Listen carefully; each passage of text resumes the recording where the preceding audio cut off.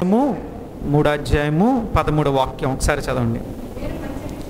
మీరు మంచి విషయంలో ఆసక్తి గలవారైతే మీకు హాని చేయగలవాడు, హాని చేయవాడు ఎవడు? చాలండి. ఇక్కడ పేతురు గారు రాస్తున్నారు, ఎందుకంటే ఈయనకి చాలా ఎక్స్పీరియన్స్ ఉంది పేతురు గారు. సో అద్భుతమైన పరిచర్య చేసిన పేతురు గారు రాసిన మాట ఏంటంటే, మీరు మంచి విషయంలో ఆసక్తి గలవారైతే మీకు హాని చేయువాడు ఎవడు? ప్రశ్న. అంటే ఎవడు అంటే అర్థం ఏంటి? ఎవడు చేయలేడని, అంతే కదా. ఏ విషయంలో మనకు ఆసక్తి ఉంటే, ఏ విషయంలో? మంచి విషయంలో మనకు ఆసక్తి ఉంటే మనకి హాని చేయగలిగిన వాడు ఎవ్వడు లేడు. మీకు అర్థమవుతుందా? అయితే ఈ మాట ఎందుకు చెప్పగలిగాడు ఆయన అని అంటే, ఆయన మంచి విషయంలో ఆసక్తి లేనప్పుడు భయంతో వెనక్కి వెళ్ళాడు. ఎవరు? పేతురు గారు. ఎందుకు అంటే, యేసుప్రభు వారు పరిచర్య చేస్తున్నప్పుడు ఆయనతో పాటు ఉన్న శిష్యుల్లో మొట్టమొదటి శిష్యుడు ఆంద్రేయ వచ్చాడు. ఆంద్రేయ పేతురుని తీసుకొచ్చాడు, కానీ పేతురే ఎక్కువ బలపడ్డాడు. మీకు అర్థమవుతుందా? ఎందుకంటే యేసుప్రభు ప్రధానమైన శిష్యుడు ఎవరంటే ముందుకు గుర్తొచ్చే పేరేంటి? పేతురు గారు. ఆంద్రేయ గారు గుర్తురారు. విచిత్రం ఏంటంటే, ఫస్ట్ వచ్చింది ఆంద్రేయ గారు, పేతురును పరిచయం చేసింది ఆంద్రేయ గారు. మీరు ఎప్పుడైనా గుర్తుపెట్టుకోండి, కొన్ని సందర్భాల్లో ముందు వచ్చిన వాళ్ళు కంటే వాళ్ళు తీసుకొచ్చిన వాళ్ళు బలపడతారు. మీకు అర్థమవుతుందా? అంటే మనం పరిచయకు వచ్చాం, మనం ఎవరినో పాస్టర్ గారికి పరిచయం చేసాం, ఎవరికి రక్షణకో మనం కారణమయ్యాం, వాళ్ళ మందిరానికి నడిపించాం. కొన్ని సందర్భాల్లో వచ్చిన వాళ్ళకంటే నడిపించిన వాళ్ళు స్థిరపడతారు, నడిపించిన వాళ్ళు ఆత్మీయంగా ఉంటారు. నిజంగా పేతురు గారు, మనం ఎక్కువ శాతం మన పత్రికా పాఠాలు చదివిన ఎక్కడ కనబడినా పేతురు గారు కనబడతారు, కానీ ఆంద్రేయ గారు కనిపించరు. మీకు అర్థమవుతుందా? కానీ తీసుకొచ్చింది ఎవరంటే ఆంద్రేయ గారు తీసుకొచ్చారు. అందుకే ఎవరు ఎప్పుడు దేవుళ్ళో బలపడతారని మనం చెప్పలేము. కొన్ని సందర్భాల్లో ముందొచ్చిన వాళ్ళకంటే పరిచయం చేసిన వాళ్ళే బాగుంటారు. ఉదాహరణకి అపోస్తలుడైన పౌలు గారిని ఎవరు పరిచయం చేశారు తెలుసా? ఎవరు పరిచయం చేశారు? రైట్, బర్నబా గారు పరిచయం చేశారు. కానీ బర్నబా గారి కంటే దేవుడు ఎవరిని ఎక్కువ వాడుకున్నాడు? పౌలు గారు వాడుకున్నాడు. అంటే ఎందుకు వాడుకున్నాడు అంటే, పౌలు గారు ఒక ప్యాషనేట్గా సేవ చేశాడు ఆయన. అంటే బర్నబా గారు కూడా మంచి సేవ చేశారు, కానీ పౌలుకున్న పిచ్చి ఆ స్థాయిలో ఉంది. దేవుని కొరకు బ్రతకాలి, దేవుని సువార్త చేయాలి. విచిత్రం ఏంటంటే, బర్నబా గారి కంటే ఎక్కువ విదేశీ ప్రయాణాలు, సువార్త దండయాత్రలు చేసిన వ్యక్తి ఎవరంటే పౌలు గారు. ఇది చాలా విచిత్రంగా అనిపిస్తుంది. ఆంద్రేయ మనకు పెద్దగా కనిపించడు, కానీ ఎవరు ఎక్కువ కనిపిస్తారు? పేతురు గారు కనిపిస్తారు. బర్నబా ఎక్కువగా కనిపించడు, కానీ పౌలు గారు ఎక్కువ కనిపిస్తారు. అంటే కొన్ని సందర్భాల్లో ముందొచ్చిన వాళ్ళకంటే వాళ్ళు ఎవరినైతే ఇంట్రడ్యూస్ చేస్తారో, ఎవరైతే ఒక వ్యక్తిని బలపరుస్తారో, బలపరిచిన వ్యక్తి కామ్ అయిపోతాడు, బలపరిచిన వ్యక్తి దిగజారిపోతాడు. కానీ ఆ వెనకాల వచ్చి బలపడిన వ్యక్తి దేవుడి కొరకు నిప్పు కణికలా తయారవుతాడు. మీకు అర్థమవుతుందా? పేతురు అలాంటోడు. ఎవరు? పేతురు గారు అలాంటోడు. పౌలు గారు కూడా ఆ కోవలోకి వస్తాడు. అయితే ఈ బలపడిన పేతురు గారు ఒక టైంలో ఆయన భయం ఏంటంటే, ప్రాణం పోద్దేమో అనే భయంతో వెనక్కి వెళ్ళిపోయిన వ్యక్తి ఎవరు? పేతురు గారు. వెనక్కి వెళ్ళిపోయి వలలు పట్టుకుని ఆయన బలహీనపడమే కాకుండా, రేయ్ నేను చేపలు పట్టుకుంటాకి వెళ్తున్నాను, మీలో ఎవరన్నా వస్తాడా? ఎప్పుడు యేసు ప్రభు వారిని సిలువకి అప్పగించిన తర్వాత కొంతమంది విశ్వాసులు ఎలా ఉంటారు? వీళ్ళు పాడైపోయింది కాకుండా పక్కోళ్ళకు కూడా అగ్గి పెడతారు. అంటే ఎలాగా? నేను మానేద్దాం అనుకుంటున్నాను, మీరు కూడా వస్తారా? లోకల్లో కలిసిపోదాం, పనికి మళ్ళీ అన్నమాట ఈ బ్యాచ్. పేతురు గారు పోనీ వెళ్ళాడండి, ఆయన ప్రధానమైన శిష్యుడు కదా. ఇప్పుడు ఈయన వల్ల పట్టుకుని వెళ్తాడు, కాముకి వెళ్ళి ఆ చేపలు ఏదో పట్టుకోవచ్చు కదా. ఈయన కుదురుగా వెళ్ళక మిగతా, రే నేను చేపలు పట్టుకోవడానికి వెళ్తున్నాను, మీరు కూడా వస్తారా అని మిగతా వాళ్ళు కూడా వాళ్ళెట్టుకు బయలుదేరారు. గుర్తుపెట్టుకోండి, ఆత్మీయ జీవితంలో ప్రభు కొరకు నిలబడే వాళ్ళు కనుక దిగజారిపోతే వాళ్ళు చాలామందిని దిగజారుస్తారు. గుర్తుపెట్టి, నువ్వు దిగజారితే పర్లే, నీ కర్మ నీ అనుకుని వదిలేయచ్చు. కానీ పక్క వాళ్ళని కూడా వదలరా కొంతమంది. వాళ్ళని చెడగొడతారు, వాళ్ళని దిగజారుడు మాటలు చెప్తారు, ఆత్మీయంగా బలహీనపరచడానికి కూడా ప్రయత్నము చేస్తారు. పేతురు ఒకప్పుడు అలాంటోడే. అంటే ఏంటి, నేను మామూలుగా మన ఇండియన్ సైకాలజీ ఎలా ఉంటుంది చెప్పండి, నేను పోయినా పర్లే పక్కడు కూడా పోవాలనుకుంటారు, నేను ఫెయిల్ అయిపోయినా పర్లే ఆడు కూడా ఫెయిల్ అయిపోవాలని కోరుకుంటారు. అది ఇండియన్ సైకాలజీ. నిజమే కదండి, సహజంగా. అంటే మనం పోయినా పర్లేదు, సాటిస్ఫాక్షన్ ఎలా ఉంటుంది, ఆడు కూడా పోయాడు, ఎంత ఆనందమో మనకి కదా. నేను అంతే చెప్తాను, కంపేర్ చేసుకునేటప్పుడు ఎప్పుడు కూడా మనకన్నా ఆత్మీయులతో కంపేర్ చేసుకోవాలి. ఆ దిగజారిపోయిన వాళ్ళకంటే నేను బెటరే కదా అని అనుకోకూడదు. వాళ్ళకంటే ఇంకా కింద స్థాయిలో ఉన్నాం కదా ఆత్మీయంగా, నేను వాళ్ళకన్నా గొప్పగా చేయాలి, కనీసం వాళ్ళ స్థాయిలో అయినా. ఆ కంపారిజన్ మనం చేసుకుంటే ఖచ్చితంగా ఆత్మీయంగా ఏమవుతాం, ఎదుగుతాం. ఇప్పుడు పేతురు గారు చెప్పాడండి, వీళ్ళు బుద్ధి ఏమైంది, ప్రధానమైన శిష్యుడు ఆయన వెళ్ళిపోతున్నాడు, ఇంక మనం ఏం చేస్తాంలే అనుకుని వీళ్ళు కూడా వలలు పట్టుకుని బయలుదేరి చేపలు పట్టుకోవడానికి వెళ్తున్నారు. చేపలు పట్టుకోవడానికి వెళ్ళిన తర్వాత తెల్లవారులు ప్రయత్నం చేశారట. ఎప్పటి వరకు గుర్తుపెట్టుకోండి. ఇప్పుడు ఏమనుకున్నాడు, యేసు ప్రభు శిలువకు అప్పగించబడ్డాడు, ఇంకా మనతో ఆయనేముంటాడులే, ఆయనే సెలవుకి వెళ్ళిపోయాడు, ఇంకా మన బ్రతుకు ఫుడ్ పెట్టేవాళ్ళు ఎవరు, ఎందుకని యేసు ప్రభుతో ఉన్నంతసేపు యేసు ప్రభు రోజు ఏం పెట్టేవారు, ఆయనకి ఫుడ్ పెట్టి, శిష్యులందరికీ ఫ్రీ ఫుడ్ ఫ్రీ బెడ్. మీకు అర్థమవుతుందా, యేసు ప్రభుని వెంబడించిన వాళ్ళు కొంతమంది ఫుడ్ కోసం వెంబడించిన వాళ్ళు ఉన్నారు, కష్టపడలేక. కానీ ఇప్పుడు ఆయన వెళ్ళిపోయిన తర్వాత మన గురువుగారు వెళ్ళిపోయారు కదా, మనకు ఫుడ్ ఎవడు పెడతాడు, నడవండి చేపలు పట్టుకుందాం అని చెప్పి ఎక్కడికి వెళ్ళారు. అంతకుముందు ఇదే పేతురు గారు ఏమన్నారు తెలుసా, ప్రభువా నీ కోసం ప్రాణమైనా ఇచ్చేస్తా అన్నాడు. అన్న పేతురు ఏసే అన్నాడు, అవునా నిజమా పేతురా అన్నాడు. ప్రభువా ఏంటనుకున్నావు, నీ కోసం ప్రాణమైనా, అది నా భక్తి జీవితం అన్నాడు. తెల్లవారకుండానే 3 సార్లు అబద్ధం ఆడతావు, నేనెవరో తెలియదని చెప్తావు అన్నాడు. లేదు ప్రభువా నా ప్రాణమైన పోద్ది, కానీ నిన్ను విడిచి వెనక్కి మాత్రం ముందు పారిపోయినాడు పేతురు గారే. నిజమే, మీకు అర్థమవుతుందా. అయితే అలా ఉండి దూరం నుంచి తిరుగుతున్నాడంట, ఏమవుద్దో చూద్దామని. అంటే వీళ్ళు కొంత ఇది ఉంది, కొంత భయం కూడా. మీకు అర్థమవుతుందా. ఆత్మీయ జీవితంలో ప్రభువుని వెంబడించాలి అనుకునే వాళ్ళలో ఫస్ట్ ఉండకూడని క్వాలిటీ ఏంటంటే భయం ఉండకూడదు. ఏముండకూడదు, ఎలా బ్రతుకుతామనే భయం ఉండకూడదు, ఏం జరుగుద్దా అనే భయం ఉండకూడదు. భయంతో తిరుగుతూ ఉంటే ఈలోగా ఒక మంట దగ్గర కూర్చున్నాడంట. మంట దగ్గర కూర్చునేసరికి, నువ్వు ఆ యేసు ప్రభు శిష్యుల్లో అక్కడోలా ఉన్నావు కదా అంటే, అసలు ఆయన ఎవరో నాకు అన్నాడు అని మళ్ళా లేచి ఇంకొంచెం ఎదరికి వెళ్ళేసరికి అక్కడ కూడా ఒక మంట కాలుతుంటే అక్కడికి వెళ్ళాడు.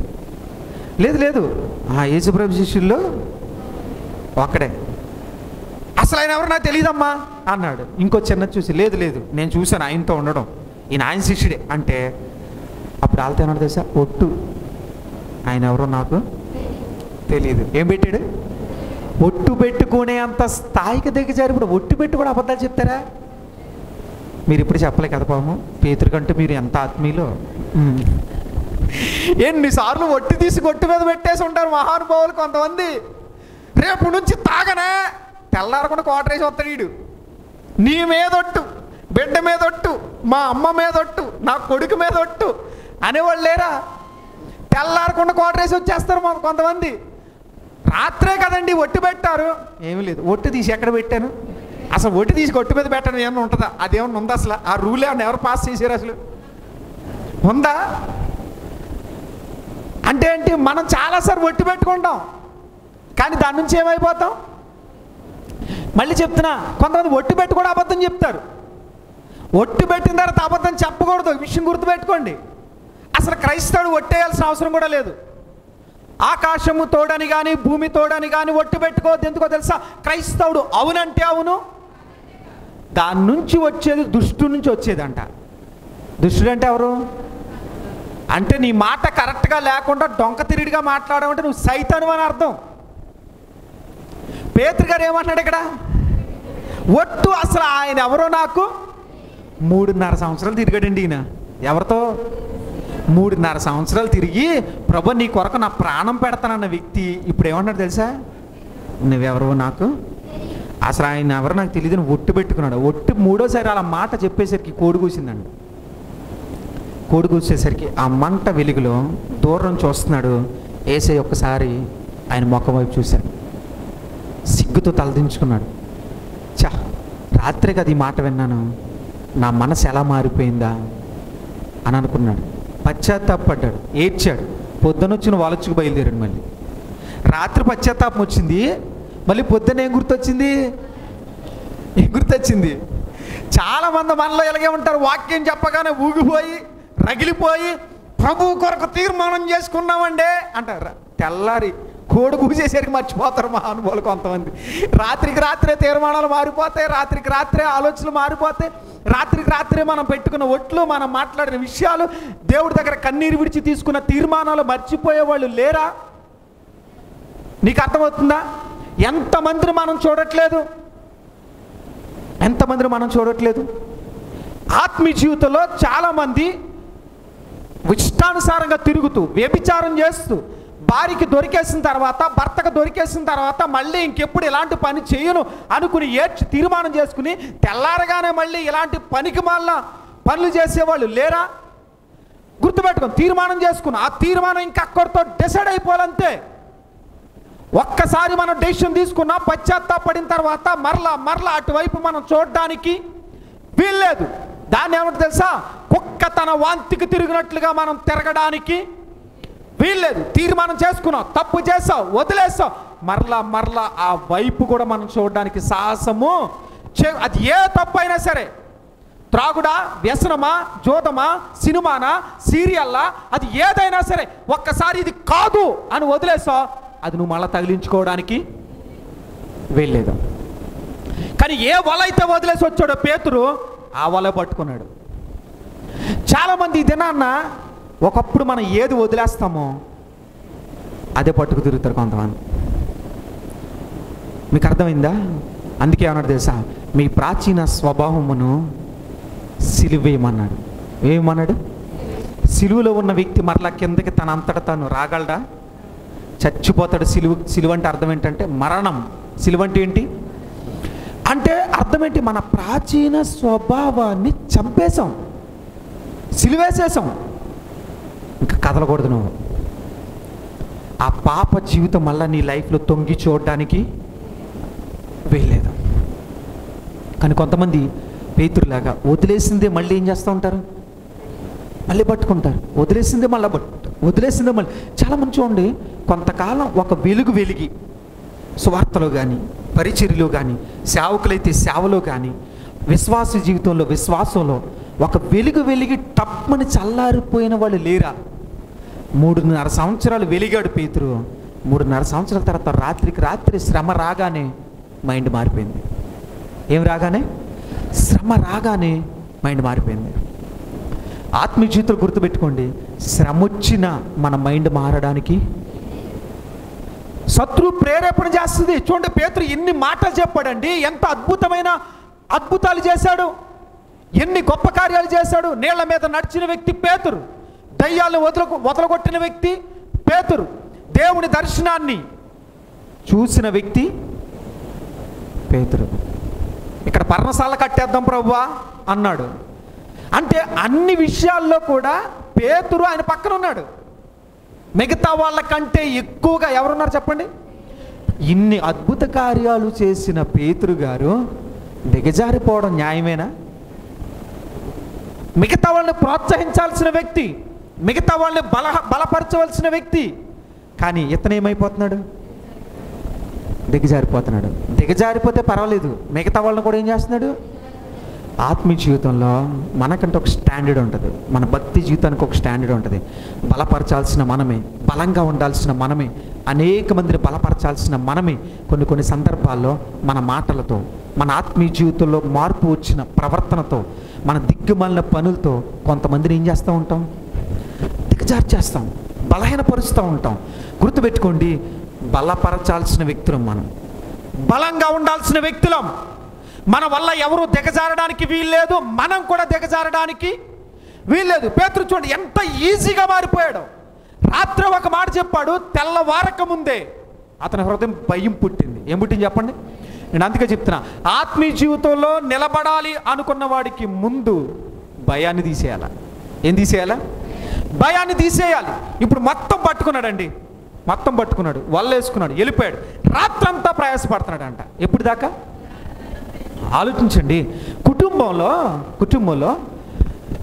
ఒక యజమానుడు కానీ, కుటుంబంలో బిడ్డలు కానీ, కుటుంబంలో భార్య కానీ, ఇలాగ ఎవరైనా ఒకళ్ళు దిగజారిపోతూ ఉంటే, కుటుంబ యజమానిగా ఉన్న ఎవరైనా సరే, భర్త దిగజారిపోతున్నాడు కుటుంబంలో, ఇంకా మనం ఈ కుటుంబాన్ని మనం ముందుకు తీసుకెళ్ళలేమే, అప్పులు పాలైపోయాం, మనం చేసిన ఉద్యోగంలోనైనా ఎక్కడైనా సరే అన్ని నష్టాలు వస్తున్నాయి, ఇంకా మన వల్ల కాదు, ఇంకా కష్టం, మనందరం కలిసి ఆత్మహత్య చేసేసుకుందాం అనే పరిస్థితులు వచ్చినప్పుడు భార్య ఏం చెప్పాలి తెలుసా? మీరంతా చేతకాని వాళ్ళ, ఎందుకు మీరు నిరుత్సాహపడుతున్నారు, ఎందుకు భయపడుతున్నారు, నేను ఉన్నానుగా, ప్రార్థన చేద్దాం, ఎక్కడ అప్పులు పాలైమో దాని నుంచి స్థాయిని మార్చుకుని బ్రతుకుతాం. కానీ ఇలాంటి పిరికి మాటలు మాత్రం అంటే ఏంటి? బలపరచాలి మాటలతో. నువ్వు ఒకళ్ళ భార్య బలహీనం అయిపోయింది అనుకోండి, భర్త ఏం చేయాలి? నీకెందుకే, నువ్వు మూల కూర్చో, యజమానుడిగా నేనున్నా, సంపాదించేవాడిని నేను, ఫుడ్ పెట్టేవాడిని నేను, నీ బిడ్డలకి నీకు కావాల్సిన సమకూర్చే బాధ్యత నాది, నువ్వు బలహీనపడకో. అంటే కొన్నిసార్లు కుటుంబంలో యజమానుడే కుప్ప కూలిపోతే, యజమానుడే దిగజారిపోతే కుటుంబం అంతా ఏమైపోద్దండి? కొన్ని సందర్భాల్లో కుటుంబం అంతా కలిసి ఉరేసుకుని చచ్చిపోయిన సందర్భాలు లేవా? కుటుంబం కలిసి అప్పుల బాధ తాళలేక కుటుంబం ఆత్మహత్య అనుకున్న పరిస్థితులు లేవా? ఉన్నాయి.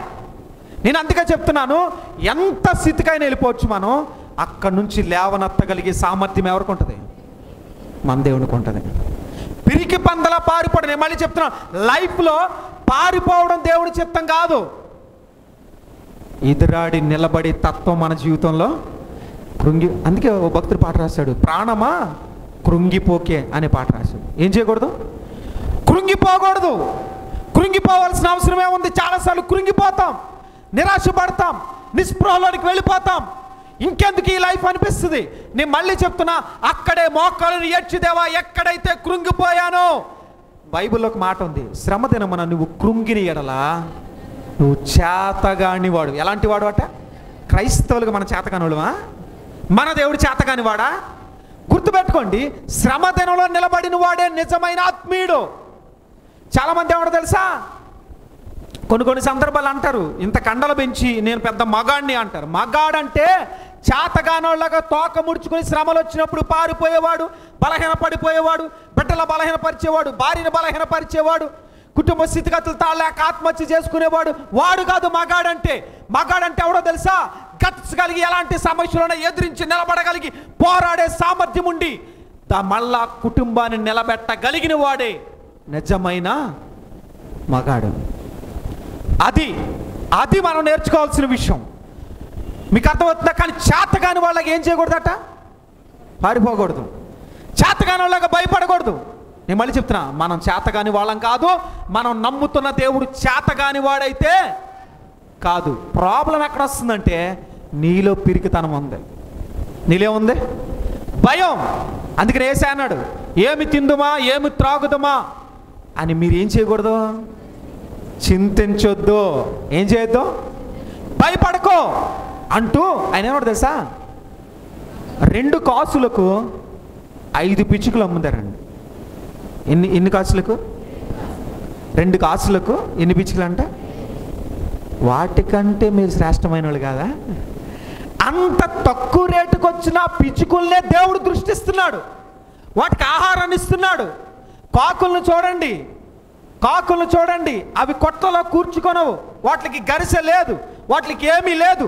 ఆ కాకుల్నే దేవుడు పోషిస్తున్నప్పుడు, కాకుల సంగతే దేవుడు విచారిస్తున్నప్పుడు, మరి నిన్ను గురించి విచారణ ఆయన చేయడా? చాలా ఆలోచించండి. ఇప్పుడు కాకలకి ఉదయం లేస్తే ఆహారం ఎక్కడి నుంచి వస్తుందండి?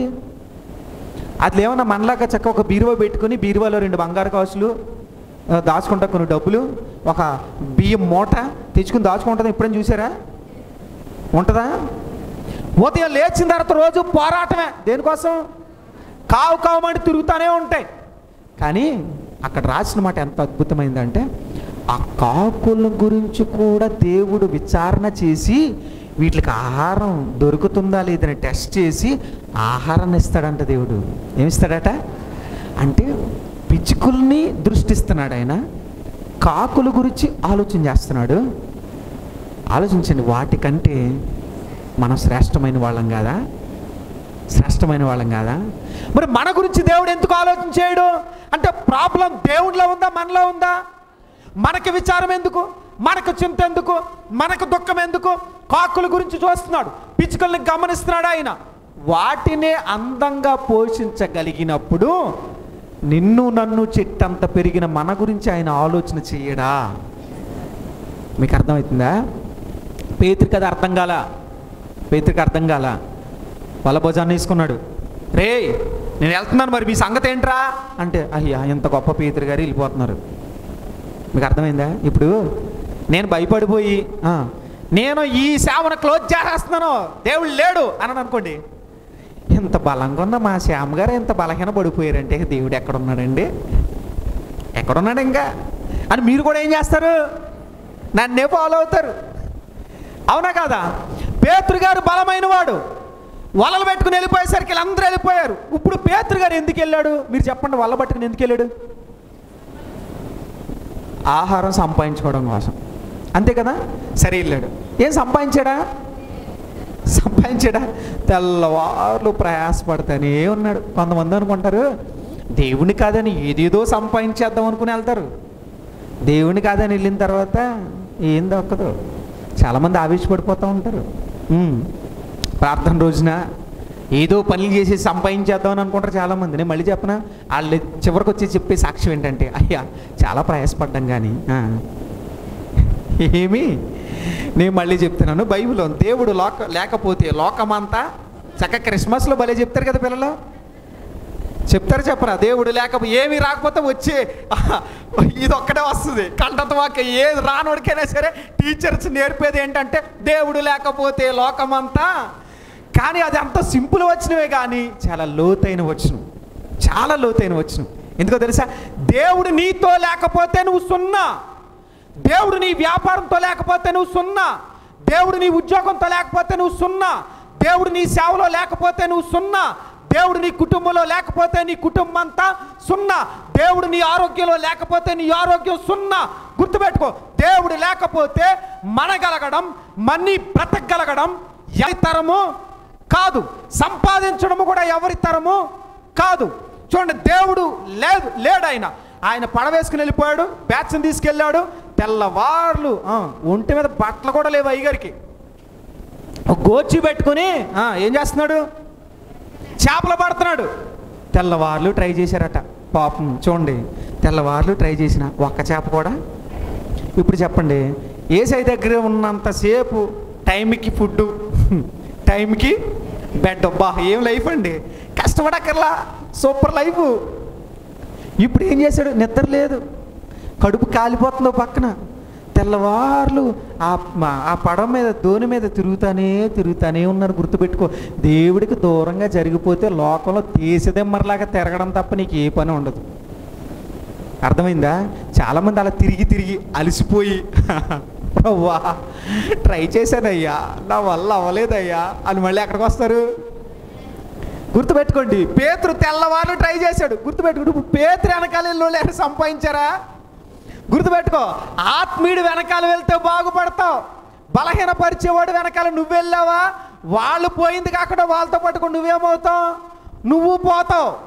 గుర్తుపెట్టుకో, ఆత్మీయ జీవితంలో మంచి వాళ్ళతో. అందుకే ఇక్కడ ఏమన్నా తెలుసా, మీరు మంచి విషయంలో ఆసక్తి కలిగిన వారైతే, ఏ విషయంలో? మంచి విషయంలో ఆసక్తి కలిగి ఉండాలి. మంచి విషయం అంటే ఏం చెప్పాలి? మంచి విషయం అంటే ఏంటి? మంచి మాకెక్కడ తెలిసింది? అంతా చెడ్డే తప్ప, మా మాట చెడ్డ, మా చూపు చెడ్డ, మా ఆలోచనలు చెడ్డ, మేము ఎదురు వాళ్ళకి చేసేది చెడ్డే. ఇక మంచి అని చెప్పడానికి మా లైఫ్లో ఏముందో పాస్టర్ గారు అన్నట్టు చూస్తున్నారు కొంతమంది. మంచి అంటే ఏంటండి? ఏంటి మంచి అంటే ఏంటి? ఇక్కడ ఉంది, పేతురు గారు రాశారు, మంచి విషయంలో ఆసక్తి కలవారైతే. మరి మంచి అంటే ఏంటి? అంతేనా? బైబిల్ ఏముందంటే మంచివాడు ఒక్కడే అని ఉంది. ఆయన ఎవరట? ఇప్పుడు మంచి పనులు అంటే ఎవరి పని అర్థం? ఎవరి పని అని అర్థం? అంటే దేవుని పని మంచి పని. ఈ పనిలో నీకేముండాలి? ఆసక్తి ఉండాలి, ఆశ ఉండాలి చేయాలని. మన ఆశ, మన ఆసక్తి వేరే ఉంటుంది. పేతురు గారిలాగా, అంటే మారకముందు పేతురు గారిలాగా, భయపడిన పేతురులాగా, చింతించిన పేతురులాగా. మీకు అర్థమవుతుందా? మన ఆసక్తి దేవుని పరిచర్య అయి ఉండాలి. ఏ పరిచర్య ఉండాలి? ఇప్పుడు తెల్లవారులు ట్రై చేసిన తర్వాత విసిగిపోయారట. ఈలోగా యేసయ్య వచ్చారు. ఆయన ఎలా వచ్చాడు తెలుసా? రొట్టెలు పట్టుకుని చేపలు పట్టుకుని వచ్చాడు. ఆయన చేపలు కాల్చుకుని వచ్చాడు. ఆయన దేవుడు ఎంత ప్రేమ కలిగిన వాడంటే వీళ్ళ వల్ల ఎలాగ కాదని ఆయన తెలుసు. అందుకే డైరెక్ట్గా ఎవరు వచ్చారు? ఇప్పుడు వచ్చి అయ్యా తినడానికి ఆహారం ఏమైనా ఉందా అని అడిగాడు. ఎంత వెటకారంగా ఉంటుందో చూడండి. తెల్లవారులు వీళ్ళేమో కొట్టుకి చేస్తున్నారు. అరే నీ వల్ల పడలేదు, ఎవడి వల్లనో వాళ్ళ చేప.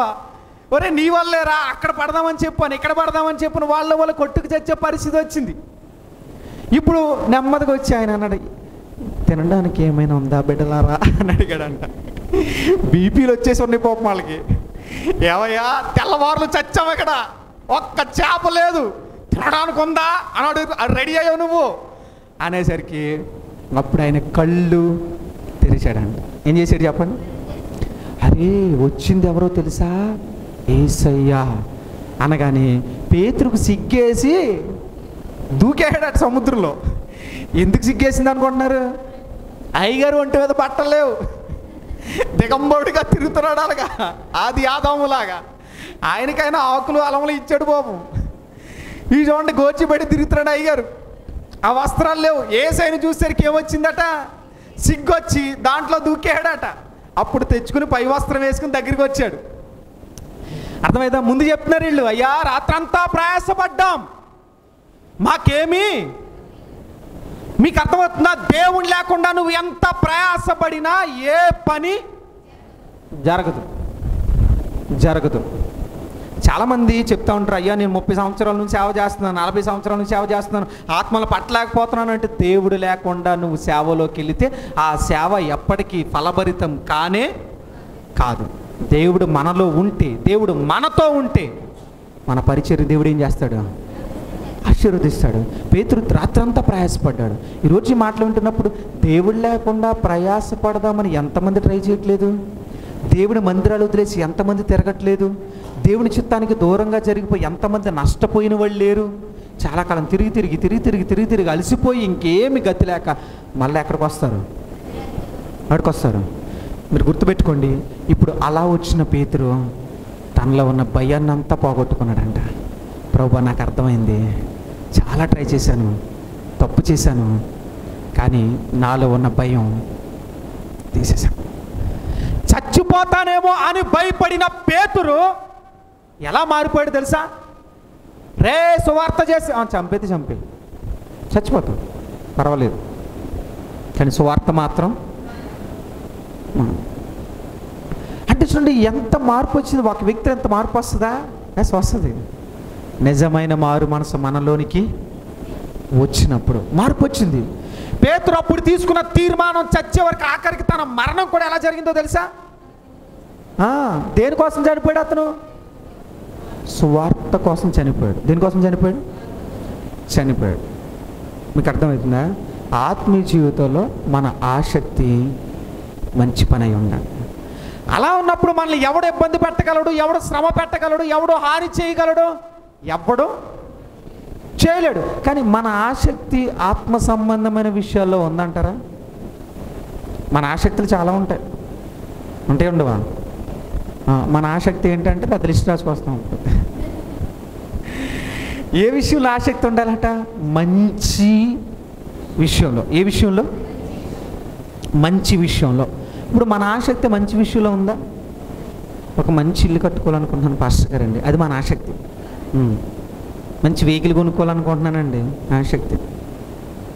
సినిమాలు చూద్దాం అనుకుంటున్నానండి, ఎంత వదులుకోలేకపోతున్నాను పాస్టర్ గారండి.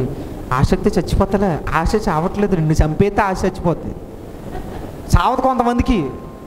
దెయ్యాల్లాగా ఇంకా సినిమాలు చూడడం, ఆ సీరియల్ చూడడం, ఆ సోషల్ మీడియా పరిగమని వీటితోనే కాలక్షేపం చేస్తారు కొంతమంది, పని పాట లేని బ్యాచ్.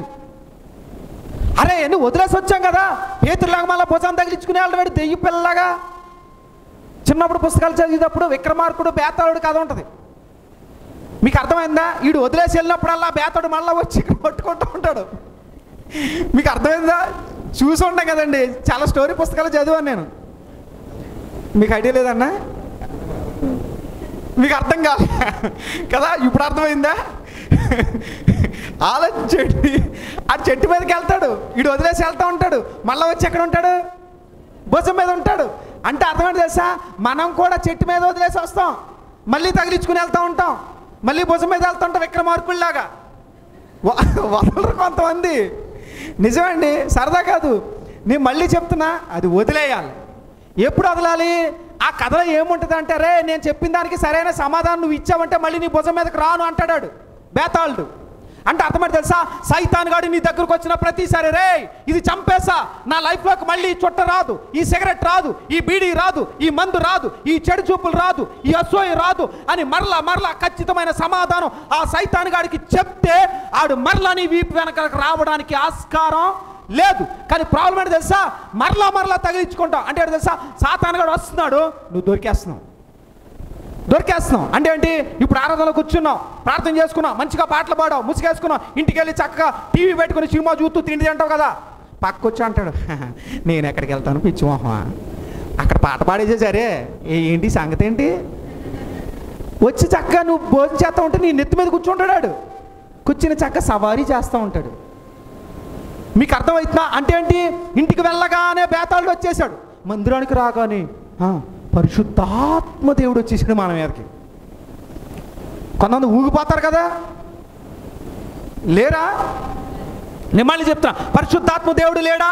ఉన్నాడు. వస్తాడు. కానీ నీలాంటి వాళ్ళ మీదకి వస్తాడా? గుర్తుపెట్టుకో, నువ్వు ఇంటి దగ్గర ఇక్కడ ఒకేలా ఉంటున్నావా? సమాజంలోని మందిరంలో ఒకేలా ఉంటున్నావా? అక్కడ ఇక్కడ ఆలోచనలు ఒకేలా ఉంటున్నాయా? రెండు పడవల మీద కాలు వేస్తూ ఆసక్తి లోకంలో ఉంది, యాక్టింగ్ మందిరంలో ఉంది. అది ఎలా ప్రభుచిత్తం అవుతుంది? అందుకే పేతురులా మళ్ళా భుజం తగిలించుకున్నా వెళ్ళిపోతున్నావు వేటకి, పాపపు వేటకి వెళ్ళిపోతున్నావు. నేను మళ్ళీ చెప్తున్నా, నువ్వు ఇంటికి వెళ్ళిన తర్వాత నువ్వు రహస్యంగా నువ్వు చేస్తున్న విషయాలు, చేస్తున్న పాపాలు నీ పక్కన ఎప్పుడు ఒక ఆయన తీర్పు తీర్చడానికి సిద్ధంగా లెక్క అప్పగిస్తాడు ఆయన. అందుకని ఎవరు తెలుసా? భూమిని ఆకాశాన్ని నీ మీద సాక్షులుగా పిలిచాను నేను. భూమిని, మనం ఎక్కడున్నాం? భూమికి ఆకాశాన్ని మధ్యలో ఉన్నాం.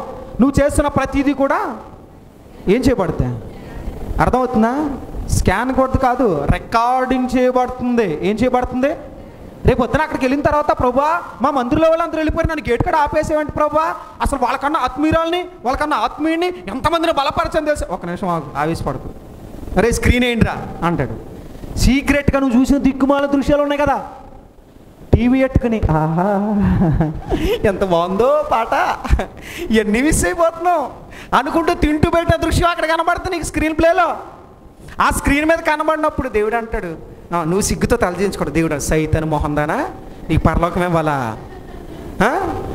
చూడు ఒకసారి స్క్రీన్ చూసుకో. సిగ్గుపడ్డం నీ వంతు అవుద్ది. అర్థమవుతుందా?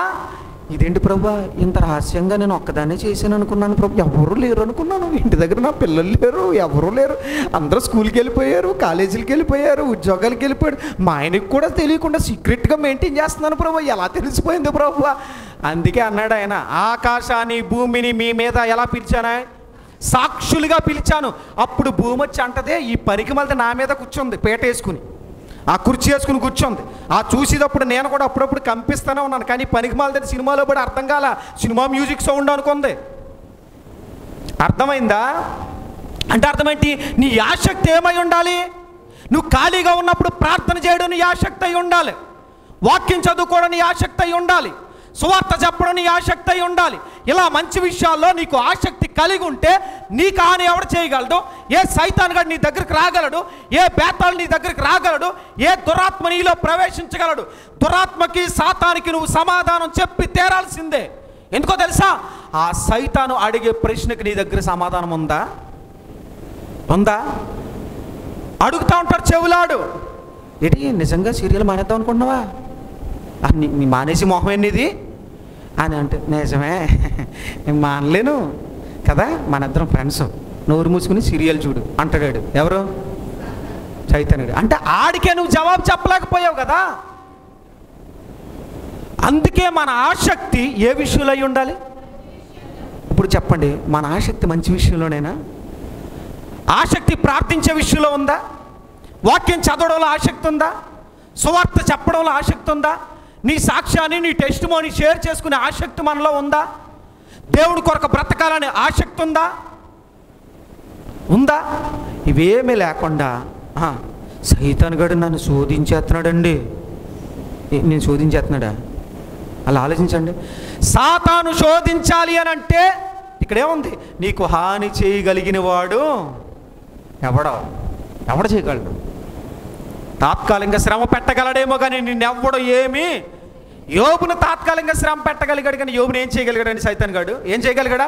తోక ముడుచుకుని పారిపడారు. బాబు నీ భక్తికి ఒక నమస్కారం రా, నువ్వు చాటును కూడా దేవుని దూషించట్లా, చాటుమాటి వ్యవహారాలు లేవు, ఇంత క్లీన్గా ఉన్నావేంట్రా బాబు నువ్వు? అప్పుడు దేవుడి దగ్గరికి వెళ్ళి అన్నాడు, అయ్యా నేను ఓడిపోయాను, చాలా ట్రై చేశాను, అన్ని ఆశలు చూపించాను, ఆడికి ఆరోగ్యం తీసేశాను, ఆస్తిని తీసేశాను, పిల్లలు తీసేశాను, ఇంకా దేవుడు అంటున్నాడు, ఇంకెక్కడ పని నీటితో నా వల్ల కాదు, నేనే ఓడిపోయినాను ఒప్పుకుంటానని దేవుని దగ్గరికి వెళ్ళి ఓడిపోయి యోబు విజయాన్ని సైతాను గడి పట్టుకెళ్ళి ఎవరికి చెప్పారు? గట్టిగా చప్పట్లు కూడా దేవుని అమ్మ స్తుతిద్దామా? నీ గురించి నా గురించి అక్కడ మీటింగ్ జరుగుతున్నప్పుడు ఒకవేళ సాతాను మాట్లాడాలి అని అంటే, పలానా గోపాలపురం ప్రాంతం లేదా పలానా చర్చిలో పలానా సహోదరు ఉంది, పలానా సేవకుడు ఉన్నాడు, పలానా విశ్వాసం ఉంది, ఇదిగో వాళ్ళ గురించి చాలా ట్రై చేశా, కానీ నీకు దూరం చేయడం నా వల్ల కాల, ఎంతో ట్రై చేశా, నా వల్ల కాల, నేను ఓడిపోయా అని చెప్పగలడా? మన గురించి చెప్పగలడా? అలా చెప్పే స్థాయి మనం ఉంటే మన ఆసక్తి మంచి విషయంలో ఉన్నట్టే. ఏ విషయంలో ఉన్నట్టు? మంచి విషయంలో ఉన్నట్టే. మీకు అర్థమవుతుందా? మనకి లోకం మీద ఉన్న ఆసక్తి, లోకం పోకడలపై ఉన్న ఆసక్తి ఎవరిపై ఉండదు? ఎవరిపై ఉండదు? చూడండి ఒకసారి ఈ పేతురు రాసిన పత్రికలో ఇంకో మాట చదువుదాం. 14 వచ్చిన ఒకసారి చదవండి. మీరు ఒకవేళ నీతి నిమిత్తము శ్రమ పడినను మీరు ధన్యులే, వారి బెదిరింపునకు భయపడకుడి, కలవర చాలండి. ఏమన్నాడు? మీకు హాని చేయవాడు ఎవడో లేడు. ఒకవేళ ఎవడైనా వచ్చి హాని చేసినా అది దేని నిమిత్తం? దేని నిమిత్తం? నీతి నిమిత్తం శ్రమ పడినను మీరు ఇటువంటి వాళ్ళు అంట ధన్యులే. అంటే శ్రమ పడిన ధన్యులవేనా? శ్రమ పడిన ధన్యులవే. అందుకే అక్కడ ఏమన్నాడంటే, వారి బెదిరింపుకు మీరేం చేయకండి, భయపడొద్దు. కలవరపడ్డం అంటే మీకు అర్థం కాదు, టెన్షన్ పడొద్దని. ఏం పడకూడదు? టెన్షన్ పడద్దు. అంటే భయపడకూడదు, కలవరపడద్దు, టెన్షన్ పడిపోదు. ఎప్పుడు? నీతి నిమిత్తం. దేని నిమిత్తం? ఇప్పుడు చెప్పండి, మనం శ్రమ పడితే దేని నిమిత్తమై ఉండాలా? నీతి నిమిత్తం శ్రమ పడినప్పుడు ఎవడన్నా మన బెదిరించినా భయపెట్టినా అసలు మనం భయపడకూడదంట. ఏం చేయకూడదు చెప్పండి? భయపడకూడదు. ఆత్మీయ జీవితంలో మనకి చాలా భయాలు ఉంటాయి కదా, చాలా భయాలు ఉంటాయి. అన్ని భయమే మనకి, తెల్లారేసి అన్ని భయమే, అన్ని టెన్షనే, అన్ని కలవరాలే, అన్ని ఇబ్బందులే. ఎందుకని? నీతి నిమిత్తం కాదు కదా. మన శ్రమలు నీతి నిమిత్తం కాదు, మన నిమిత్తం. ఎవరి నిమిత్తం? మన నిమిత్తం. కానీ ఇక్కడ ఏముంది? పేతురు గారు ఇంత స్ట్రాంగ్ ఎందుకు చెప్పాడు తెలుసా? ఆయన కూడా భయపడలా. స్థిరపడిన పేతురు, రే సువార్త చెప్తే చంపేస్తా, చంపే ఆటలు పోతే పొంత ప్రాణం ఏంటి బెదిరిస్తున్నాడు, చంపే తెగించాడు పేతురు. నేను మళ్ళీ చెప్పనా, దేవుని కొరకు నిలబడితే అలాంటి తెగింపు ఉండాలి, దేవుని కొరకు బ్రతికితే. అంతేగాని నేను ఎప్పుడు చచ్చు భక్తి చేయకూడదు. ఎలాంటి భక్తి చేయకూడదు? చచ్చు భక్తి చేయకూడదు, చావలేని భక్తి అసలే చేయకూడదు, నామకార్థ భక్తి అస్సలు చేయకూడదు. ఇప్పుడు సమాజంలో ఏలుతున్న దౌర్భాగ్యమైన పరిస్థితి ఏంటంటే, నామకార్థ క్రైస్తవుల శాతం ఎక్కువ. నిజం కదా? నీతి నిమిత్తం హింసించబడ్డానికి సిద్ధపడే వాళ్ళు ఎవరున్నారు? మన ఒక ఆయన అంటున్నాడు, 2 రోజులు మందిరానికి వెళ్ళండి, సైతాను శోధించేస్తున్నాడు, అందుకే నేను మందిరానికి రానండి అన్నాడు. ఇటు 2 రోజులకే సైతాను వచ్చేసాడు వీటి దగ్గరికి.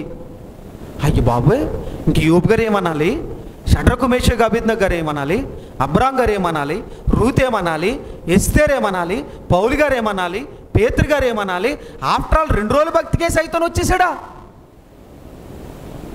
అంటే వీడి మనసులో ఫీలింగ్ ఏంటి?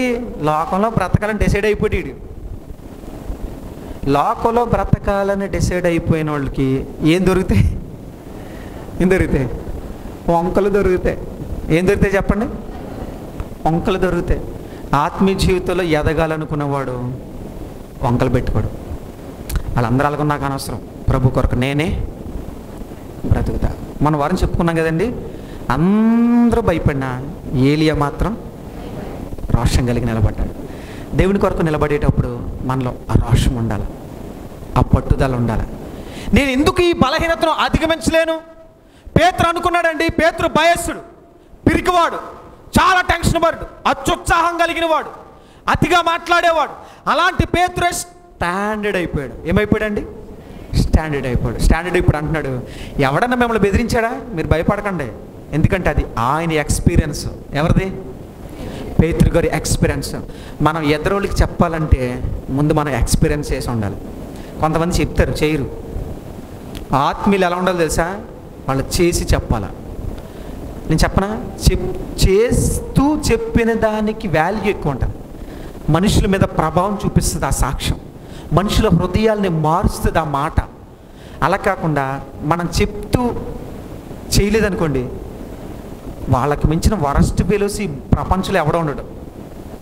చాలామంది దంచేస్తారు మాటలు, కానీ జీవితంలో సాక్ష్యం మాత్రం ఉండదు. మైకట్టుకుంటే అందరూ వీర్లే, నిజమే, తెగ వాయించేస్తారు, కానీ బ్రతుకు వ్యక్తిగతంగా చూస్తే సాక్ష్యం ఉండదు. అందుకే వాక్యాలు ఏమో తెలుసా? వాక్యాలు దంచడం కాదు, నీ బ్రతికే ఒక సువార్త అవ్వాలి. నీ బ్రతికి ఎలా ఉండాలి? నడిచే సువార్త రథంలా మన బ్రతుకుండాలి. నువ్వు నడుస్తూ వెళుతున్నప్పుడు ఆ సాక్ష్యం ప్రజలు మాట్లాడగలగాలి. ఏమన్నా తెలుసా? ఒకప్పుడు ఎలా ఉండేదిరా, ఒకప్పుడు ఎలా ఉండేవాడురా, ఇదిగో ఇప్పుడు వెళ్తున్నాడు చూడండి, ఆ వ్యక్తే ఇదివరకు ఎలా ఉండే వ్యక్తి ఎంతగా మారిపోయాడండి అంటే అర్థమైంది తెలుసా? బైబిల్లో 4 సువార్తలు ఉంటే నువ్వు నడిచి వెళ్తా ఉంటే ప్రజలు చెప్పాలి నువ్వు 5వ సువార్తవని. నీ మార్పు, నీ మాట, నీ నడక, నీ ప్రవర్తన, నీ చూపు, నీ ప్రవర్తన అనేక మందికి మాదిరికరంగా ఉన్నప్పుడు నడిచే సువార్త రథానివి నువ్వు అవుతావు. అప్పుడు నువ్వు మాట్లాడక ముందే ప్రజలు నిన్ను చూసి ఏమవుతారు తెలుసా? మారుతారు. అది సాక్ష్యం అంటే, అది నీతి నిమిత్తం హింసించబడ్డం అంటే. ఒకప్పుడు ప్రతిదానికి భయపడేవారా, ఇప్పుడు ఎంత స్ట్రాంగ్గా నిలబడుతున్నారు ప్రభు కొరకు. ఒకప్పుడు సంపాదించుకోవడానికి ప్రయత్నం చేశారా, ధారాళంగా ప్రభు కొరకు ఖర్చు పెడుతున్నారు. ఒకప్పుడు అన్నీ ఎలా ఉండేవి, ఇప్పుడు మారిపోయింది. ఇప్పుడు చెప్పండి, మన సువార్త చెప్పకుండానే ఆత్మను పట్టచ్చు. దేని బట్టి తెలుసా? మన ప్రవర్తన బట్టి. దేని బట్టి? పౌలు గారు వాక్యాన్ని బట్టి కాదు, పౌలు గారు ప్రవర్తన బట్టి చాలామంది మారారు తెలుసా? ఎవరి ప్రవర్తన బట్టి? ఎందుకని క్రైస్తవులను జుట్టు పట్టుకుని ఈడ్చి వెళ్ళిపోయినాడు పౌలు, చంపేసిన వ్యక్తి పౌలు. కానీ పౌలుని చూసి ఎన్ని కోట్ల ఆత్మలు రక్షించాడండి ఆయన, ఎన్ని సంఘాలు కట్టాడు. ప్రపంచ సువార్థీకరణ చేసిన మొట్టమొదటి స్పీకర్ ఎవరైనా ఉన్నారంటే పౌలు గారే. ఆయనకి మించిన స్పీకర్ ఎవరు లేరు బైబిల్ చరిత్రలో. యేసయ్య మంచి బోధకుడు, కానీ ఆయన తర్వాత సేవకుల్లో గొప్ప వెలిగిన వ్యక్తి పౌలు గారు. పేతురు గారు సామాన్యుడు కాదు. ఒక్క వర్తమానానికి 5,000 మంది, ఒక వర్తమానానికి 3,000 మంది. ఎక్కడి నుంచి వచ్చిందండి ఇది? అంటే తన హృదయంలో ఉన్న భయాన్ని అంతా ఏం చేశాడు? కలవరాన్ని ఏం చేశాడు? అంటే ఒకప్పుడు ప్రాణానికి భయపడ్డాడు అతను. తర్వాత ఏమన్నా తెలుసా? చచ్చిపోయిన పర్ల. ఆ తెగింపు ఎప్పుడైతే వచ్చిందో దేవుడు ఆయన వాడుకోవడం మొదలుపెట్టాడు. ఎంతగా వాడుకోవడం మొదలుపెట్టాడు అంటే ఆలోచించండి, మనం వర్తమానం చెప్పినప్పుడు 15 మంది 20 మంది రక్షణ పొందితేనే అమ్మో అనుకుంటున్నాం కదా. ఒక్క మెసేజ్కి వచ్చి 5,000 మంది వచ్చి అయ్యా మేము రక్షణ పొందుతాం, అసలు ఎలా ఉంటుంది ఊహించండి.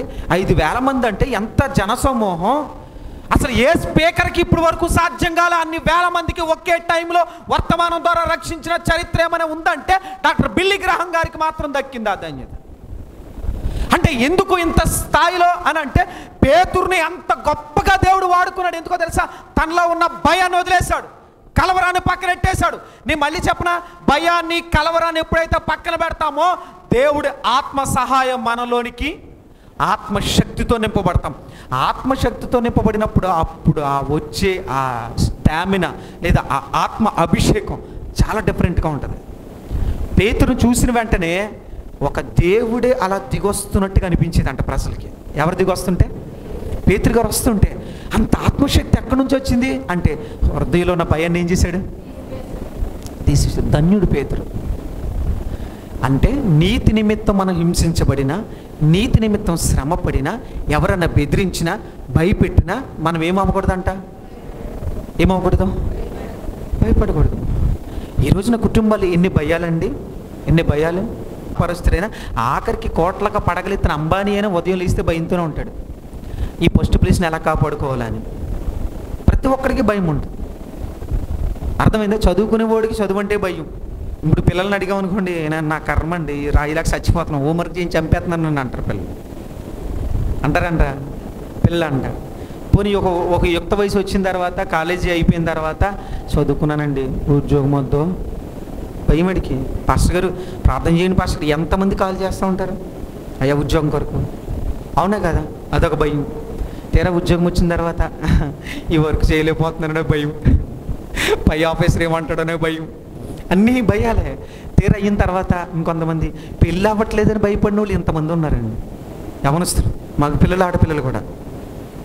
ఏమవ్వట్లేదని? పెళ్ళి అవ్వట్లేదని. నేను అనుకుంటా ఉంటాను, పెళ్ళి అయిన తర్వాత జీవితం అంతా భయమేరే నీకు అనుకుంటాను మనసులో. ఎందుకని పెళ్ళాక అన్నీ ఇంకా భయాలే. ఏంటి భయాలు? ఈ భార్య ఎప్పుడు ఎలా మారిపోద్దో తెలియదు. స్త్రీలతో చాలా ప్రమాదం అండి. ఓ పాస్టర్ గారు అన్నాడు, స్త్రీలు అంటే టచ్ స్క్రీన్లు అంటే వాళ్ళు అంట. టచ్ స్క్రీన్ ఎప్పుడు ఏ రంగు మారుతో తెలియదు, ఏం టచ్ చేస్తే ఏమొస్తుందో తెలియదు, ఎలా స్క్రీన్ మారిపోద్దో తెలియదు. నిజమే. కాబట్టి ఈడక చచ్చేదాకా భయపడమే. ఈవిడ మొహంలో ఎప్పుడు ఎలా రియాక్ట్ అవుతుందో తెలియదు, ఎప్పుడు టెన్షన్ పడుతుందో తెలియదు, ఎప్పుడు ఇబ్బంది పడుతుందో తెలియదు. రియాక్షన్స్ అలా ఉంటాయి. అంతే కదండి. భార్యలైనా అంతే. తాగుబోతున్నాడు అనుకోండి, ఈడు ఎప్పుడు ఎలా రియాక్ట్ అవుతాడో తెలీదు, అదో టెన్షను. అంటే పెళ్ళయ్యాక ఇంకా భయాలు ఇంకా చెప్పక్కర్లేదు. ఒకప్పుడు అండి, ఒక రకంగా చెప్పాలంటే, నేను తప్పుగా అనుకోకుండా, ఒకప్పుడు స్త్రీలు ఎక్కువ భయపడేవారు. ఇప్పుడు ఎవరు ఎక్కువ భయపడుతున్నారు నిజం చెప్పండి? నిజమే కదా? ఎక్కువ శాతం. అంటే స్త్రీలు లేరని చెప్పను. ఇది వరకు ఎలా ఉండేదంటే, స్త్రీలు 95% భయపడితే ఎక్కడో అర్రకొర 1%, 95 కూడా ఇంకా అలా ఉండేది. ఇప్పుడు ఎలా ఉంది తెలుసా? ఈ 90% మీరు భయపట్ల, భయపడి బ్యాచ్కి వెళ్ళి వచ్చేసారు మగపిల్లలు, మేము వచ్చేసాం. ఈ 5%లో మీరున్నారు. అక్కడక్కడ కొంచెం డ్రింక్ చేసి, ఆ డ్రింక్ చేసేవాడు కూడా చెప్పండి, ఆ బ్యాచ్లో కూడా ఉన్నారు. వీడు తాగినప్పుడు వీడు తాగేసి కాడు మీద పడి చంపేసినట్ట, ఆడికి మెలకు రాదు. ఈ కక్ష అంతా పడిపోయినాడు మీద కలిసి జుట్టు పట్టుకుని ఇలా కొట్టేసి వాళ్ళు చాలామంది ఉన్నారు. కాకపోతే ఆడు మెలకు రాదు కదా. ఉదయం వచ్చిన తర్వాత నా జుట్టు రేగిపోయింది, తాగేసి వచ్చా మరి అంటే రాత్రి కుమ్మేసింది పాపం. నిజమండి. కాబట్టి ఈ భయాలు వివాహం అయిన తర్వాత ఒకటే భయం. నిజమే చెప్తున్నా, అర్థమవుతుందా? అందుకే నిజంగా బ్యాచిలర్ లైఫ్ కొంతకాలం ఎంజాయ్ చేయండి. ఆయన ఆవేశపడిపోయి లవ్వులు గివ్వులని 18-20 సంవత్సరాలకే తయారైపోతే జీవితం అంతా నరకమే. తర్వాత ఏడవడం తప్ప ఉపయోగం ఏముండదు. తర్వాత అంటాడు, బ్యాచిలర్ లైఫ్ ఏ పెట్టకుందండి, చచ్చిపోతాం పాస్టర్ గారండి, ప్రార్థన చేయండి పాస్టర్ గారండి. ఎంతమంది లేరండి, ఉన్నారు లేదా? అమ్మాయిలు అబ్బాయిలు కూడా. కాకపోతే దౌర్భాగ్యం ఏంటంటే ఇప్పుడు కొంచెం పాపం మా అబ్బాయిలు ఎక్కువ భయపడాల్సిన పరిస్థితి వస్తుందండి. ఒక తల్లిగారు కాల్ చేశారు. కాల్ చేసి ఆమె చెప్తున్న విషయం ఏంటంటే, వాళ్ళకి అంశాలు అనుకోండి, బహుశా ఆ అమ్మాయి చీట్ చేసి వెళ్ళిపోయిందంట. అలాంటి కాల్స్ ఎన్ని వచ్చినా లెక్కలేదు. విచిత్రం ఏంటంటే, అబ్బాయి చీట్ చేసి వెళ్ళిపోయిన విషయాలు ఓకే, అమ్మాయిలే చీట్ చేసి వెళ్ళిపోతున్నారండి ఇప్పుడు. మీకు అర్థమవుతుంది అంటే, వివాహ బంధం అంటే స్త్రీలు కూడా ఈ రోజున ఏమి లేకుండా పోతుంది, విలువలేని పరిస్థితులు వచ్చేసినాయి. ఆత్మీయ జీవితంలో గుర్తుపెట్టుకోండి, ఇప్పుడు భయాలు ఎవరికి వస్తున్నాయి అంటే పురుషులకు వస్తున్నాయి. పెత్తనం ఎవరిలో ఉంది చెప్పండి? స్త్రీలోనే ఉంది. మీరే కొట్టేస్తారు, మీరే పైన ఉంటారు, మీరే తిట్టేస్తారు, మీరే పైన ఉంటారు. నిజం కదా? అందరి విషయాలు అలాగని చెప్పట్లే. కొన్ని % వీళ్ళు మగవాళ్ళ వల్ల ఇబ్బంది పడేవాళ్ళు ఉన్నారు. డ్రింకింగ్ చేసేవాళ్ళు, వ్యభిచారం చేసేవాళ్ళు, భార్యని కాకుండా ఇష్టానుసారంగా తిరుగులు ఉన్నారు. నేను కాదని చెప్పట్లే. బట్ ఈ రోజులో ఎక్కువ శాతం % ఖచ్చితంగా చెప్పగలను, స్త్రీలే ఎక్కువ భయపడుతున్నారు. అవునా కదా? ఇళ్లలో పెత్తనం ఎవరిది? నెల జీతం రాగానే అకౌంట్లో డబ్బులు ఇచ్చేసి, ఛార్జీకి డబ్బులు ఇవ్వే, ఇది నెల జీతం అంతా అమ్మగారి చేతిలో పెడతాడంట, ఛార్జీకి డబ్బులు మళ్ళీ ఇవ్వండి అడుక్కోవాలంట. ఈవిడ మాత్రం చందన చారీస్ చక్కగా కొనుక్కొని వీడికేమో ఏదో ఒక 500 1000 రూపాయల షర్ట్ మొక్క కొని పడద్ది. ఆళ్ళు పెత్తనం అండి. నేను అనకూడదు కానీ లోకల్లో మన ఆడపెత్తనం నేను అనలేదు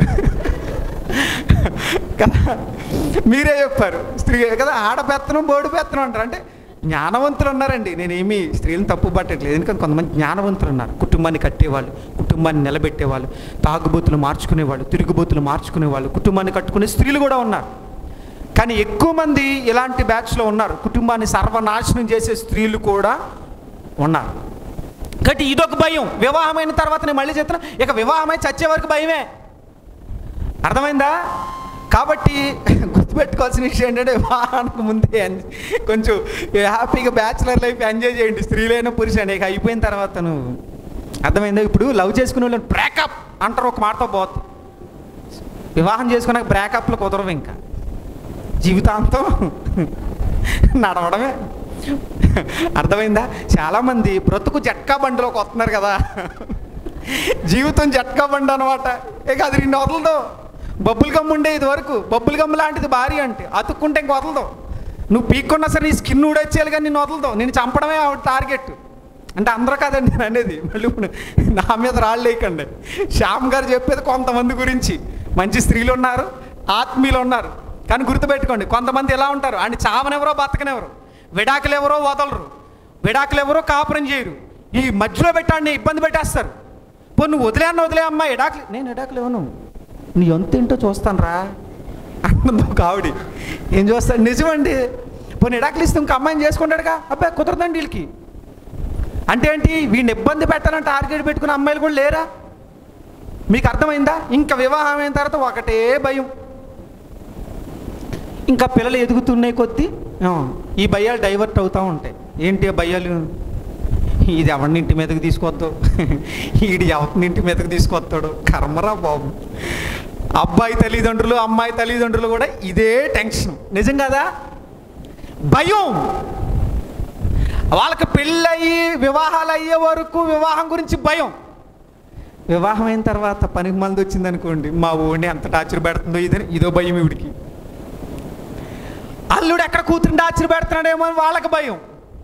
అంటే మనిషి పుట్టిన దగ్గర నుంచి చచ్చే వరకు కూడా భయపడి చస్తూనే ఉంటున్నాడు. నిజం కాదా? కానీ బైబిల్ ఏం చెప్తుంది తెలుసా? నువ్వు నిజంగా ఆత్మీయుడు అయితే చచ్చే వరకు అలాంటి భయాలు నీ హృదయంలో రావడానికి ఏదైనా సరే భయాన్ని పక్కన పెట్టు. ఎవరిపై ఆధారపడాలా?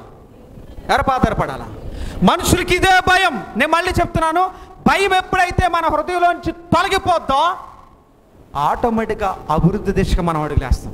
ఎందుకో తెలుసా? భయం సగం ఆలోచన చంపేస్తుంది. మీరు ఎప్పుడైనా చూడండి, మనం టెన్షన్ పడుతూ ఏదైనా ఒక వస్తువును వెతికినప్పుడు దొరుకుతుందండి. కళ్ళజోడు చేతిలో పెట్టుకుని అడవిడి తిరిగేసి వాళ్ళు ఉంటారు కొంతమంది.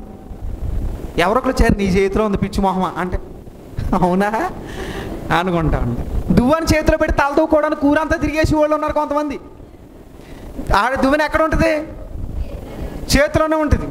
కొన్ని సందర్భాల్లో చెప్పులు కళ్ళ ముందా ఉంటే చెప్పుల కోసం మొత్తం ఇల్లంతా తిరిగేస్తూ ఉంటారు.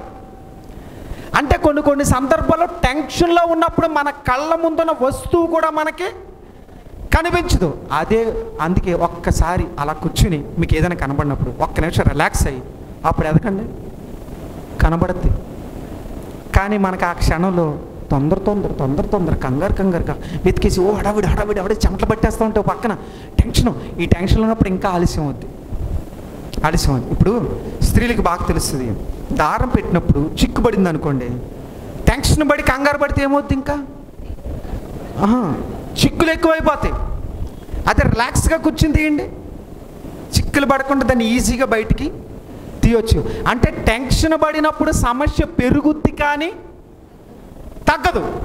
అందుకే పేతురు గారికి చక్కగా చెప్పండి, నేను టెన్షన్ పడినప్పుడు ఏమీ సాధించలేకపోయాను, టెన్షన్ పడినప్పుడు బలహీనపడినప్పుడు అనేక మందిని బలహీనపరిచినప్పుడు ఒక్క చేపను కూడా పట్టే పరిస్థితిని నాలో లేదు. ఎందుకో తెలుసా? దేవుడు నాతో లేకపోతే, దేవుడిచ్చే ధైర్యం నా హృదయంలో లేకపోతే నేను జీరో. అందుకే మీకు చెప్తున్నా, మీరు మంచి మనస్సాక్షి కలిగిన వారైతే, మంచి విషయంలో ఆసక్తి మీలో ఉంటే ఏ విషయంలో కూడా మీరేం చేయకూడదు, భయపడొద్దు. భయాన్ని పక్కన పెట్టండి. కలవరాన్ని పక్కన పెట్టండి. అవి ఎప్పుడైతే పక్కన పెడతామో అద్భుతమైన ధైర్యం నీ హృదయంలో కొత్తగా పుడుతుంది. అప్పుడు నిలబడగలం. ఏదైనా అంతకుముందు చేయలేని గొప్ప సేవ భయాన్ని తోలేసిన తర్వాత చేసాడు. 2 వర్తమానాలకి 8,000 మంది రక్షణ పొందారండి. ఇంతకంటే ఏం కావాలి అతను సాధించిన గంటల గురించి? మీకు అర్థమవుతుందా? సో ఈరోజు ఆత్మీయ జీవితంలో మనం నేర్చుకోవాల్సిన పాఠం ఏంటంటే, మనం ఏ విషయంలో ఆసక్తి కలిగి ఉండాలి? మంచి విషయంలో. మంచి విషయం ఏంటి? దేవుని పని. ఆ విషయంలో ఆసక్తి కలిగి ఉంటే ఒకవేళ నీతి నిమిత్తం నువ్వు హింసించబడినా, శ్రమ పడినా, ఇబ్బంది పడినా నువ్వేమవ్వకూడదు? భయపడదు. ఎవరిని బెదిరించినా భయపడకు. సమస్యలు కలవరబెట్టినా భయపడకు. సాతాను నీ మనసులోకి వచ్చి దేవుని మందిరానికి వెళ్ళి ఏం సాధించావు అని అడిగితే ఆ మాట నీ చెవులో గింగురాలు తిరుగుతూ ఉన్నప్పుడు భయపడకు. ఆడికి నువ్వు సమాధానం చెప్పగలగాలి. నీ హృదయానికి నువ్వు సమాధానం చెప్పగలగాలి. యాస్, ఇది సాధించబోతున్నా, ఇది సాధిస్తా, చూస్తా ఉండు నువ్వు అలాగా అని మనల్ని మనం ప్రోత్సహించుకుని ధైర్యపరుచుకోగలిగితే ఆ సమాధానం ఎవరికో తెలుసా? బలహీనపరిచే సైతానికి. సో మనం గుర్తుపెట్టుకుందాం, మనం శ్రమ పడితే ప్రభు కొరకు శ్రమ పడదాం. మన ఆసక్తి చెడ్డ విషయాల మీద కాదు, మంచి విషయాలపై ఆసక్తి. దేవుని కొరకు బ్రతుకుదాం, దేవుని పరిచర్య చేద్దాం, దేవుని సువార్తకు మన ప్రాణాలు అర్పించడానికైనా అట్టి కృప పరిశుద్ధాత్మ దేవుడు మనకు అనుగ్రహించిన గాక. మోకరించిన ప్రార్థన చేద్దాం. ప్రార్థన చేద్దాం. మహాపరిశుద్ధుడైన మా ప్రియ పరలోకపు తండ్రి, మీ పరిశుద్ధ నామానికి వేలాది స్తోత్రాలు. దేవా, ఈ రాత్రి మాతో మాట్లాడిన మీ ప్రేమను బట్టి స్తోత్రాలు. ఇదిగో తండ్రి, మీరు మంచి విషయంలో ఆసక్తి కలిగి ఉండాలి. ఒకవేళ నీతి నిమిత్తం శ్రమ పడినా మీరు ధన్యులే, భయపడకండి, కలవరపడద్దని పేతురు గారు చెప్తున్నారు. కారణం తన అనుభవాలు. ఒకప్పుడు భయపడిన పేతురే, కలవరపడిన పేతురే ప్రభు ఈరోజు మాకు ధైర్యం చెప్తున్నాడు, మీరు భయపడద్దు. ఎందుకంటే ఒకప్పుడు నేను భయపడ్డా, కలవరపడ్డా, ఏ సాధించా? నథింగ్. కానీ ఎప్పుడైతే భయాన్ని పక్కన పెట్టాను, కలవరాన్ని పక్కన పెట్టాను, 1000 ఆత్మలు 2 వర్తమానాలకి 8,000 పైబడి రక్షించగలిగా. ఈరోజు దేవుని కొరకు ఏం సాధించలేకపోయావా? అలాంటి పరిస్థితుల్లో దేవా, ఎస్, నేను ఏ సాధించలేకపోతున్నాను, టెన్షన్ పడుతున్నా, అయ్యో ఏం తింటాను, నా బ్రతుకు ఎలాగా, నా పరిస్థితులు ఎలాగా, ఈ విషయాలపై టెన్షన్ టెన్షన్ టెన్షన్. దేవా, ఈరోజు నాకు ధైర్యం ఇచ్చావు. ఇక్కడ నుంచి నీ కొరకు బ్రతుకుతా, ఏ శ్రమకు భయపడను, ఏ ఇబ్బందికి బెదర్నో, వణకనో, భయపడను. నీతి నిమిత్తం హింసించబడిన ధైర్యంగా నిలబడతా, మంచి విషయంలో ఆసక్తి కలిగి ఉంటా, నీ సువార్త పనుల ఆసక్తి కలిగి ఉంటా, నీ కొరకు బ్రతుకుతా. ప్రభువా, నువ్విచ్చే నిత్యరాజ్యానికి వారసుడిగా ఈ భూమి మీద నేను ఏం చేయగలను?